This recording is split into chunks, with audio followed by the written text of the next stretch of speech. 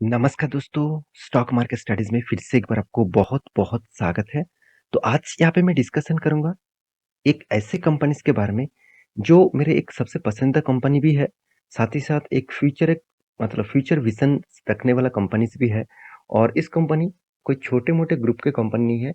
इस कंपनी एक बड़े ग्रुप के एक ऑटो इंश्योरेंस कंपनीज़ के साथ जुड़े हुए कंपनीज़ हैं। तो वीडियो को पूरा लास्ट तक देखिए क्योंकि इस कंपनी के ऊपर धीरे-धीरे करके इंस्टीट्यूशन खुद का हिस्सेदारी बढ़ा रहा है। जैसे एफएस ने लास्ट क्वार्टर में अच्छा खासा होल्डिंग बढ़ा है और डीएस के पास अभी भी उतना ही होल्डिंग है, जितना होल्डिंग पहले भी था। तो कंपनी कौन-सा है, उसको जानने से पहले मैं रिक्वेस्ट करूँगा, चैनल को सब्सक्राइब नहीं किया तो ज़रूर कर लीजिएगा। टेलीग्राम को ज्वाइन नहीं किया तो वो भी कर लीजिएगा, नीचे सारे लिंक्स अवेलेबल है। तो चलो देख लेते हैं आज के स्टॉक के डिटेल्स के बारे में।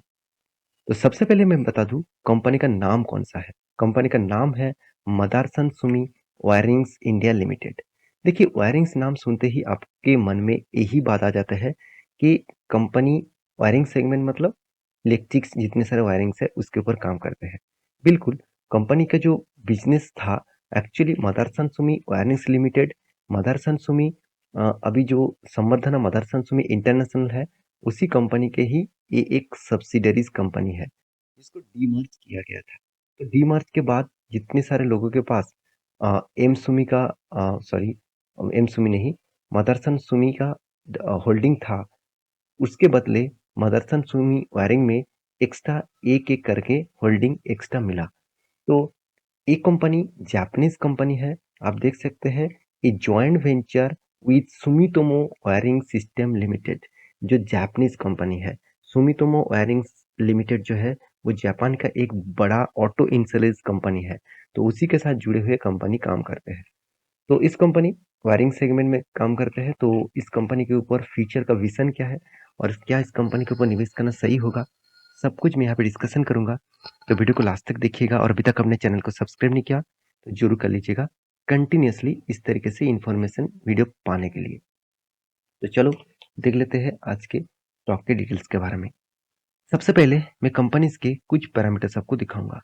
अगर मैं इस कंपनी के शेयर होल्डिंग के बारे में बात करूं तो सबसे ज़्यादा होल्डिंग आपको प्रोमोटर का दिखेगा, जैसे 68%। इस 68% में अराउंड 41% से भी ज़्यादा होल्डिंग मदरसन सुमी मतलब संवर्धना मदरसन सुमी के होल्डिंग है, मतलब इसका पेरेंट कंपनी का होल्डिंग है। उसके बाद जापानीज कंपनी के भी होल्डिंग है, जो मैं आपको पहले दिखा चुका हूँ। तो इस तरीके से होल्डिंग कुल मिलाकर जो होल्डिंग है आप यहाँ पे देख सकते हैं। तो यहाँ पे उसके बाद म्यूचुअल फंड के पास कितना 8.93% का होल्डिंग है। और उसके बाद आप देखेंगे तो एफआईएस के पास कितना 8.62624% का होल्डिंग है। और पब्लिक के पास कितना 11.56% का होल्डिंग है। और अदर्स के पास 3% के आसपास होल्डिंग देखने को मिला। यहाँ पे जो होल्डिंग का जो परसेंटेज है वो यहाँ पे शानदार देखने को मिला है। जैसे म्यूचुअल फंड के पास जो होल्डिंग है वो 7.78% के आसपास होल्डिंग देखने को मिला है। और आप देखेंगे तो एफएस के पास जो होल्डिंग है वो धीरे धीरे होल्डिंग कम होता जा रहा है और डीएस के पास होल्डिंग बढ़ते जा रहा है। तो किस तरीके से बढ़ा, चलो मैं आपको दिखा देता हूँ। यहाँ पे आप share holding pattern mutual fund के देखेंगे तो आपको जो चीज़ दिखेगा आप देखेंगे यहाँ पे जो डेटा दिया गया है वो डेटा एक्चुअली मैं आपको दिखा रहा हूँ trendline.com के ऊपर। तो आप जाकर इस साइट को विजिट करके देख सकते हैं। तो यहाँ पे देख सकते हैं यहाँ पे जो डेटा दिया गया है तो हर मंथ में म्यूचुअल फंड कंपनी ने क्या किया, बाइंग किया। सिर्फ फरवरी मंथ में छोटा मोटा परसेंटेज यहाँ पे क्या किया, सेल किया। छोटा मोटा क्वांटिटी यहाँ पे सेल किया। आप कहेंगे सर छोटा मोटा क्या आप बोल रहे हैं, यहाँ पे तो करीबन करीबन जो टोटल क्वांटिटी है 1 करोड़ से भी ज़्यादा है। तो ऑब्वियसली कंपनी के ऊपर इन्वेस्टमेंट जो है करीबन 64 करोड़ के आसपास है। तो उस हिसाब से देखा है तो बहुत छोटा इन्वेस्टमेंट सेल आउट किया गया। अगर मैं इस कंपनी के डिटेल्स के बारे में बात करूं तो इन्वेस्टर के डेटा दिखा दूं तो आप एक चीज देखेंगे ध्यान से। इसमें जो इन्वेस्टर है आप देखेंगे तो प्रोमोटर के पास पहले जो होल्डिंग था आज भी होल्डिंग है।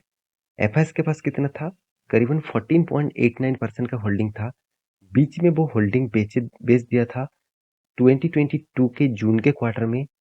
आधा परसेंट के आसपास यहाँ पे होल्डिंग बेचा गया था। उसके बाद फिर से उन्होंने बाइंग किया सितंबर क्वार्टर में और दिसंबर क्वार्टर में भी होल्डिंग बढ़ा दिया। इसका मतलब धीरे धीरे करके वो होल्डिंग यहाँ पे बढ़ा रहा है। डीएस के बारे में बात करूँ तो डीएस के पास अराउंड 13% का होल्डिंग था। बीच में 20% होल्डिंग हो गया था। उसके बाद छोटा-मोटा करेक्शन देखने को मिला और अभी भी 18% के आसपास होल्डिंग देखने को मिला है। पब्लिक के बारे में बात करूँ तो 9.96 के आसपास होल्डिंग देखने को मिला और उसके बाद भी यहाँ पे होल्डिंग देखने को मिला है। तो तो आप यहाँ पे होल्डिंग परसेंटेज देख सकते हैं। तो उसके बाद इस कंपनी के कुछ डिटेल्स दिखा दूँ, जैसे कंपनी का रेवेन्यूज़। तो रेवेन्यूज़ के बारे में बात करूँ तो 2022 में इसका रेवेन्यूज़ देखने को मिला 5,635 करोड़ के आसपास। उस हिसाब से नेट प्रॉफिट भी देखिए 410 करोड़ के आसपास हो गया था। ओवरऑल बात करूँ कंपनी का जो प्रॉफिट एंड लॉस है, वो देखिए कंपनी का सेल्स ग्रोथ यहाँ पे देखने को मिला। हर साल में सेल्स ग्रोथ इंक्रीज होता जा रहा है। लास्ट जो ईयर है, मतलब जो करंट टिल ईयर है, तो उस हिसाब से देखा जाए तो कंपनी 6,800 को भी क्रॉस कर चुके हैं। तो कंपनी जितनी इनकम कर रहा है, उसके हिसाब से कंपनी एक्सपेंस को भी कंट्रोल में रखे है। कंपनी में सबसे जो बड़ी बात है, कंपनी का कर्जा ज़्यादा नहीं है, तो इसलिए इंटरेस्ट भी उतना ज़्यादा नहीं पे करना पड़ रहा है। तो कंपनी का डिप्रिसिएशन खर्चा भी है। ये सारे चीज़ प्लस माइनस करके कंपनी के हाथ में जो प्रॉफिट एंड लॉस आया, वो 300 400 करोड़ के आसपास 2020 में देखने को मिला था, सॉरी 2021 में देखने को मिला था। 2022 में 400 करोड़ के 411 करोड़ के आसपास देखने को मिला। अभी जो करंट सिनेरियो है वो 400 करोड़ के आसपास है। इसका मतलब कंपनी अच्छी तरीके से खुद का, मतलब जो बैलेंस शीट है और कंपनी का जो प्रॉफिट एंड लॉस है उसको मेंटेन कर रहा है। तो कंपनी की जो परसेंटेज है उसकी सबसे बात करूँ तो कंपनी का सेल्स ग्रोथ परसेंटेज वाइज ठीक ठाक है, मगर प्रॉफिट ग्रोथ नेगेटिव में है। कंपनी आज तक रिटर्न अच्छा कुछ नहीं दिया। कंपनी देखिए अभी फिलहाल के लिए स्टार्ट हुआ है, इसको आगे जाने के लिए टाइम देना पड़ेगा और जो कंपनी धीरे-धीरे ग्रोथ करेगा, उस कंपनी का ग्रोथ और पोटेंशियल फ्यूचर में बहुत ज़्यादा है। तो रही बात कंपनी का बैलेंस शीट का, इंपॉर्टेंस पॉइंट है, ध्यान से देखना। जैसे आप देखेंगे शेयर कैपिटल, तो शेयर कैपिटल आप देखेंगे तो इक्विटी कैपिटल्स में आपको कुछ गड़बड़ी देखने को मिलेगा। और यहाँ पे देख सकते हैं रिजर्व के बारे में बात करूँ तो पहले रिजर्व कुछ भी नहीं था, उसके बाद अभी रिजर्व जो है वो धीरे-धीरे करके इंक्रीज हुआ है। और कंपनी का फिक्स्ड एसेट्स दिखाने से पहले कंपनी का लायबिलिटी दिखा दूँ, उससे पहले कंपनी का कर्जा दिखा दूँ। देखिए कर्जा कहाँ पे है? लॉन्ग टर्म बोरिंग में उतना कर्जा नहीं है, मतलब ज़ीरो डेप्थ है।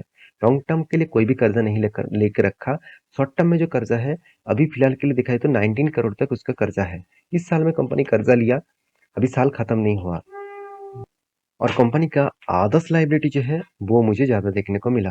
तो कंपनी का आदर्श लायबिलिटी में जो है वो क्या, कौन सा प्रोडक्ट है आप देख सकते हैं। कंपनी में ट्रेड पेबल, तो कंपनी के ट्रेड पेबल मतलब ये भी इतना पैसा अभी भी देना बाकी है। इतने सारे ट्रेड किए हैं, मान के चलिए दूसरे से जो मैं रॉ मटेरियल्स खरीदारी किए हूँ, तो उसके हिसाब से उसको पैसा देना पड़ेगा। तो वो मेरे लिए एक लायबिलिटीज है। तो वो लायबिलिटीज कंपनी को चुकता करना पड़ेगा 913 करोड़ के आसपास। तो ये एक कंपनी के लिए ऑब्वियसली एक अभी भी एक बड़ा लाइबिलिटीज है, उसको कंपनी को पेमेंट करना पड़ेगा। एडवांस फ्रॉम कस्टमर, तो कस्टमर से एडवांस कितना लिया? 16 करोड़ के आसपास। मान के चलिए किसी भी प्रोजेक्ट के लिए, मान के चलिए मैं जिसको माल बेचता हूँ, उसको मैं पहले से ही उसको माल बेचने से पहले से ही उसके पास से मैं एडवांस लेके रखा। तो ऑब्वियसली मेरे लाइबिलिटीज है, क्योंकि मैं तो पैसा ले लिया, उसको तो प्रोडक्ट देना पड़ेगा। तो ये भी एक लाइबिलिटीज होता है। तो अदर्स लायबिलिटी आइटम्स क्या, उसके ऊपर भी कंपनी का अच्छा खासा पैसा देखने को मिला। तो ओवरऑल बात करूँ कंपनी का लायबिलिटीज बहुत ज़्यादा है। उसकी सबसे एसेट क्या है वो देख लेता हूँ। यहाँ पे देखिए लैंड, कंपनी का लैंड की ज़्यादा यहाँ पे पैसा नहीं है। हाँ, बिल्डिंग्स में कंपनी का ज़्यादा यहाँ पे पैसा देखने को मिलेगा। मतलब बिल्डिंग्स अगर बेचेंगे तो 300 करोड़ के आसपास उसका बिल्डिंग का प्राइस देखने को मिलेगा। प्लांट एंड मशीनरी जो है वो 400 करोड़ के आसपास है। इक्विपमेंट जो है वो इक्विपमेंट्स उतना खास नहीं है। कंप्यूटर्स भी है, क्योंकि सॉफ्टवेयर इसका प्रोजेक्ट चलाने के लिए, सॉफ्टवेयर चलाने के लिए और टेक्नोलॉजी के साथ काम करने के लिए उसको कंप्यूटर खरीदना पड़ेगा। तो उस हिसाब से देखा जाए तो कंपनी का इतना एक्सपेंस कंप्यूटर के ऊपर एज ए एसेट के हिसाब से अभी भी है। फर्नीचर भी है और व्हीकल्स भी देखने को मिला। तो रही बात कंपनी का कैश फ्लो का, कंपनी का कैश फ्लो देखेंगे तो आप देखेंगे तो कंपनी का कैश फ्लो जो है, कंपनी एक्चुअली जितना प्रॉफिट दिखा रहा है उतना पैसा हाथ में 2021 में नहीं आया। 571 करोड़ का प्रॉफिट दिखाया था खाते में, एक्चुअली कंपनी के हाथ में 11 करोड़ तक आया था। इसका मतलब उधारी बहुत मार्केट में पड़े हुए हैं। तो अभी भी इस साल में कंपनी थोड़ा-सा रिकवरी किया, 750 करोड़ दिखाया था प्रॉफिट और हाथ में 500 करोड़ आया। चलो धीरे-धीरे तो वो रिकवरी कर रहा है, तो अच्छी बात है किसी भी कंपनीज़ के लिए। तो कंपनीज़ के जो डेटोज़ जो डे है, ये बहुत इम्पोर्टेंस होते हैं। पहले 63 डेज़ में हाथ में पैसा आता था, अभी 43 डेज़ में पैसा आ रहा है। इसका मतलब क्या है? मान के चलिए आपका कंपनी है, आप आपने दूसरों व्यक्ति को माल बेचा, तो कितने दिनों के बाद वो आपको पैसा वापस कर रहा है? माल बेचने का जो पैसा है, वो आपको वापस कर रहा है। तो पहले 63 डेज़ लग रहा था 2021 में, 2022 में वो चेंज हो गया 43 हो गया। एक अच्छी बात है इस कंपनी में। तो कंपनी का प्रोमोटर के पास होल्डिंग जो है, वो 61% का होल्डिंग है। एफएस के पास जो होल्डिंग है वो 11% के आसपास होल्डिंग है। डीएस के पास जो होल्डिंग है वो 18% के आसपास होल्डिंग है। गवर्नमेंट के जो पास होल्डिंग है वो यहाँ पे कुछ खास परफॉर्मेंस नहीं देखने को मिला। पब्लिक के पास जो होल्डिंग है वो अच्छा खासा देखने को मिला है। तो सारे पैरामीटर्स आपके सामने मैं रख चुका हूँ।